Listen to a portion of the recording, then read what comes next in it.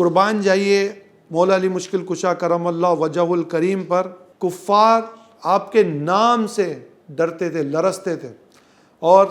چاہے غزوہ بدر ہو، چاہے غزوہ خندق ہو، چاہے غزوہ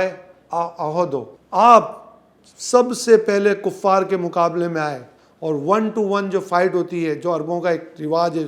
جنگ شروع ہونے سے پہلے کچھ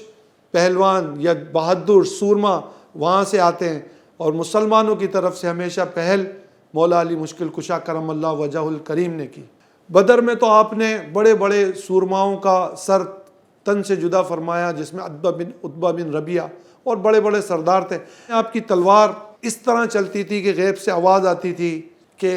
علی جیسا بہادر کوئی نہیں اور ذوالفقار جیسی تلوار کوئی نہیں۔ غزوہ خندق کے اندر جب ایک کافر نے یہ ہمت کری کہ اس نے خندق کو کراس کیا، تو آپ رضی اللہ تعالی عنہ نے اس کے اوپر تلوار ایسی ماری کہ وہ تلوار